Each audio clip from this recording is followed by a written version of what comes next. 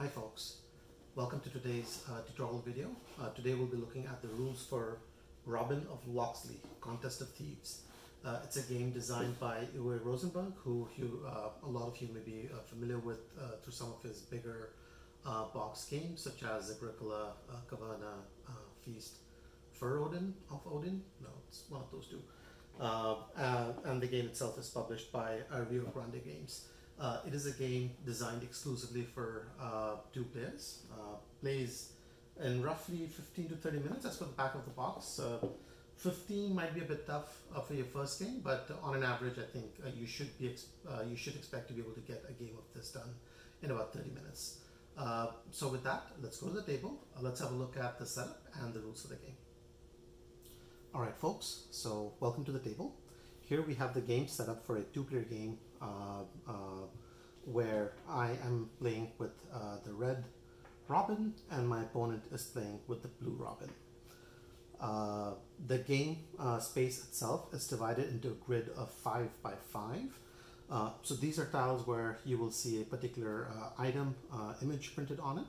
On the flip side, all of these have the gold coin symbols. So when you're setting it up, you will set it up randomly. So one way to do it is to shuffle them, have a stack of tiles that are face down, lay them out in a 5 by 5 grid, and then flip them back up. And that way you have a randomized setup. The next thing you will do is you will set up these tiles around the board. A couple of rules that you have to keep in mind.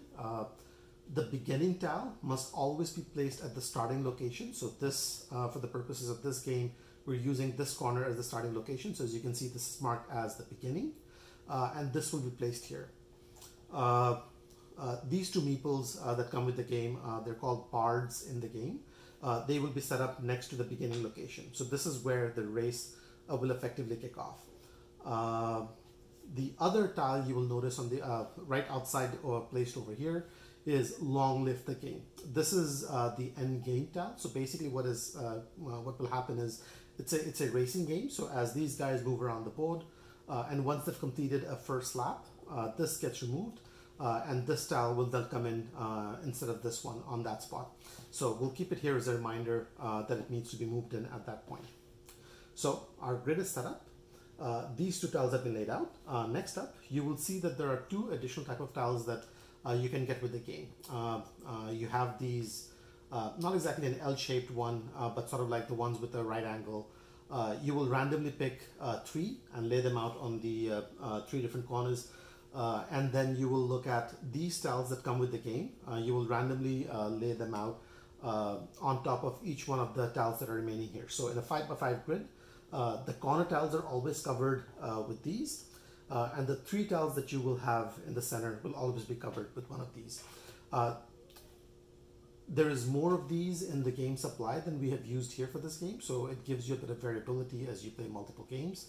The game also specifies ones which are considered beginner friendly, so if you want something that's a little bit easier to get into, you may want to have a look at that and set up the game using those tiles. But the game is generally light as is, so you should be fairly comfortable having a random setup with the ones you may pick or randomly assign. So we have these tiles set up around the corner. These guys waiting to kick off. The tiles that were not used in the initial setup will be put to the side on a face down deck. We will be sort of like using this over the course of the game. The Robins that we start with will now come into play as the last step of setup. The rulebook says you can have the youngest player act as the first player, but you can randomly choose between yourself and your opponent. Let's say in this case, my opponent was the starting player.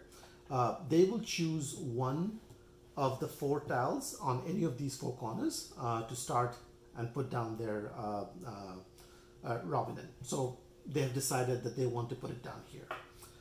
They will take this tile and they will put it face down in front of them. So this effectively is a coin in their supply. Next up, the other player must go to the corner that's exactly opposite to the space that's chosen by the first player. So if my opponent had gone here, I would have had to go here. Because my opponent chose to go here, I will go to this particular corner and pick this up, flip it down, and this now becomes a coin in my supply as we go through the game. The turn order for the game itself is fairly simple. At its heart, it is a racing game where you will have your bards racing around the track, trying to outdo each other. The game can end in one of two ways. First, if one of your bards laps the other player. What I mean by that is, let's say for example, if both of these guys are traveling, the blue bard is here, but by some miracle, a combination of miracle and luck, I've sort of like, crossed him. I've gone around the board and I've come back and lapped him again. If I lapped him, the game ends immediately and I win, because obviously I have a bit of an insurmountable lead at that point. This will be, of course, rare over the course of the game. What is more likely to happen is you will go complete a lap around the grid. This gets removed, the new one comes in. You will continue going around the grid again until the first player reaches the last spot over here. And as soon as that player does so, the game is over immediately, and the player to have crossed the finish line first wins. So those are the two victory conditions you want to keep in mind as we go through the rules. The rule book does not specify that everybody gets an equal number of rounds, so keep that in mind. All right, so we have our initial setup done. We have our guys ready to go. Now, what does a turn order look like? It is a fairly simple choice. For those of you who have played chess, this might make a little bit more intuitive sense. On your turn, you will take your robin and you will move your robin on an L shape. And where you land is effectively the tile that you will pick up, put it in your supply, and then replenish from the stock. So if my opponent decides to is going first, they can choose to move 2 spaces straight in one direction, and then 1 space to the spot that's right next to it. So it could look something like 1, 2, and then this obviously is the only spot to its left, so they will go there. They could, of course, go 1, 2, and then land here as well. It goes without saying that, of course, you cannot go outside the grid, so there is no legal move outside the spot. Obviously, once you're in the center of the board itself, or near the center of the board, you have a lot more move options available to you. So you could move 1, 2, and then go either here or here. You could go 1, 2, and then either there or there, and then similarly 1, 2, and then either there or there. So if you've played chess in the past, it's a move that will be familiar to you. But if not, just keep in mind you're moving in a capital L shape. 2 spaces straight in one direction, and then either to its left or its right, depending on whatever is available. So blue player then starts off. They've chosen to go 1, 2, and then move here. The first thing they will do is they will take this, they will put it in front of them. This is now an item that they have available to them, and then tile will come from the supply and replenish the space that it has just sort of like emptied. So there's never going to be empty spaces in the grid outside of where the 2 robins are sort of stayed.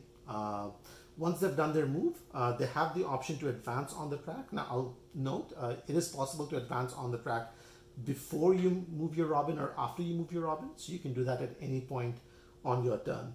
So obviously at the start of the game, it might not be quite as easy because they may not meet the conditions. But if at any point you've met the conditions that are printed out on these tiles, you can move your bard as many steps as you're possibly allowed to.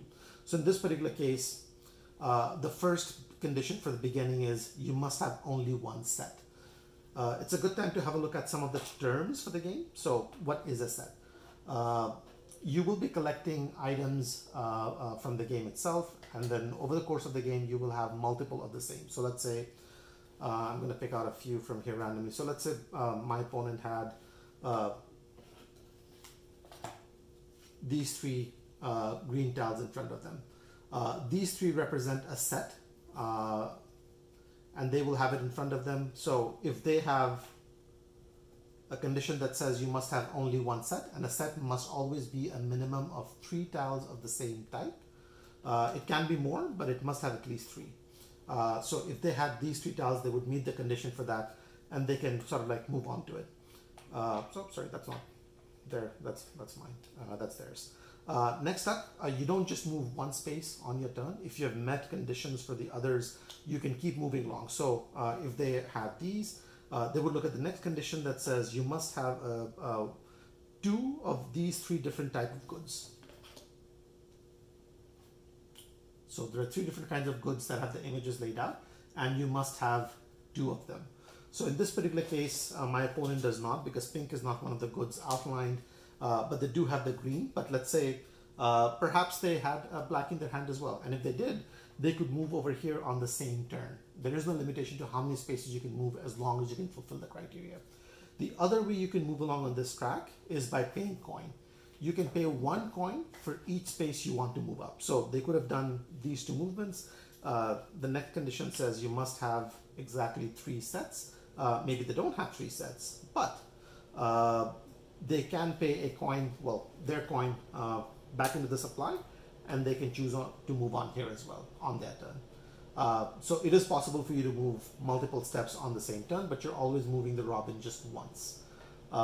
So once they're done with that turn, I will go along, I will make my movement. So perhaps I do something like this.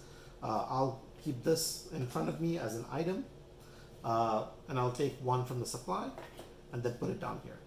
I will look at the conditions, and at any point if I feel the condition has been met and I want to move, and usually I would want to move, obviously, I will continue moving along. The only strategic decision, of course, that you're making here is if you cannot move, do you really want to spend the coins to be able to do that? Now, how do you get additional coins over the course of the game? Once you've completed sets, so let's say, for example, in the earlier instance where we had a look at where my opponent had 3 of the green ones, you can always turn your sets in for coin. And the way that that works is you can sell a set, again, of at least 3, and you will get money equal to whatever number you've given up minus 2. So the way that it will work is they will take 2 of these, put it back in the supply, and the third will be kept face down in front of them, which now denotes that they have a coin as a result of that sale. If they had additional green ones, so maybe I'll just pull up a few from here. So let's do this. And they were looking to sell 4, a set of 4. They would discard the 2 into the supply, and they've gotten 2 coins as a result of that sale. So obviously it becomes a lot more efficient as you're selling sets of greater than 3, because you're always discarding 2, but the rest you get to keep with you in the form of coin. But certain actions may require you to sort of like sell a set of exactly 3, or in some cases, you need that coin in a pinch and you want to make that move. So there could be strategic decisions behind it. So with that said, a couple of other terms to keep in mind. As you play the game, your 2 robins are supposed to be directly adjacent if they are orthogonally adjacent. They can be diagonally adjacent, of course. Now, this is only important because if you read something that calls out that term, you want to be aware of it. The other thing you want to be aware of is what's called being within striking distance. Now, as you can see, there is a move that you could make where you go 1, 2, and then land on a spot where your opponent is. This means that you're within striking distance of the other robin, but that would never be a legal move. So my opponent could never actually go and then land here. That's not an option in the game. You would have to pick and do a different move that would be legally allowed. So something for you to consider. And the game goes on. So obviously once the lap is made, as I said earlier, this gets removed. Go back around the table a second time. And then once you've met the very last condition, and there is something unique about the last one that you should remember, you need to pay 4 coins, which is fine, but this is not an item that can be skipped. So obviously the coins are what they are, and there is no other way for you to skip it as a result of any benefit. And whoever makes it to the very end first wins. So with that, those are all the rules. There is a couple of variants in the game that you can try out. If you want obviously it is a fairly quick and light game. If you want something that's a little bit longer, it is possible you will still play with a 5x5 grid, but you can move these tiles out a little bit further and then have more tiles like these added to the center. So there is a setup that's recommended at the end of the rule book for that as well. So if you want something longer, have a look at that. It just makes the sides a little bit longer for you to complete the race on. And if there is ever a scenario where you have to put down a tile on the board, but there are no tiles available on the reserve for you to put down, the active player will put down one, and then they will put down the other, and then they will put down the other. The reason why it's very specific in that sense is obviously when you're putting it down, you would flip it over, know what the tile is, and then make a decision on where the next one might go. That is important because you will not be able to fill up all the spaces, and some might be left empty. That is the only circumstance in which that may happen, but based on my experience, it should be fairly rare. As you can see, there's a lot of extras, so unless somebody's really hoarding sets or coins, that should be a rare scenario. So with that, let's go back and have some final words and my thoughts on the game. Right, folks. So that was it for the rules. Hopefully the rules made sense. If you have any questions, thoughts, or comments, feel free to leave them below, and I'll try my best to get back to you guys. It's a game that I definitely enjoy. It's a light and breezy, quick two-player game. It really moves at a fast clip, and it can also be treated as a two-player gateway game. So if you're looking to recommend a game to a couple of friends who are looking to get into the hobby but start out with something that's a little bit easier, it's a fairly good example of something that meets that requirement. Definitely not as grandiose or big as some of Rosenberg's other games, but definitely one of his better recent fares. So I definitely recommend it. If this is something that feels like it may be of interest to you, give it a go, and I'm sure you'll enjoy it. So with that, that's it for the rules for this game. Take care, everyone, and I'll see you at the next one.